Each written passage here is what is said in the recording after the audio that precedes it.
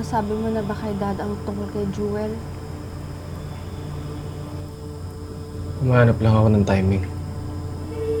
Hindi magiging maganda yung reaction niya pag nalaman ng anak namin ni Amira si Jewel. Sigurado akong magkakasagutan ng kami. Tsaka may sakit siya sa puso. Baka kung ano pa mangyari. Ano? Gusto mo ako na magsabi? Para saan? Para magkaroon ako ng utang ni loob sa'yo. Hindi yung sapat para makalimutan ko na kasalanan mo kung bakit may problema tayong ganito ngayon. Ang lakas ng loob mo para isampal sa mukha ko ang kasalanan ko. You rapist. Oo. Alam ko kung ano ako.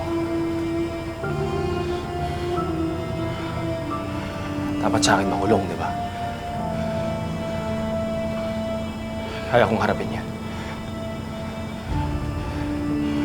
Kundi lang dahil kay Jewel. Hindi maintindihan ng batang bakit hindi niya na ako makakasama eh. Ang hirap. Anak, I'm sorry. Jewel, I'm sorry.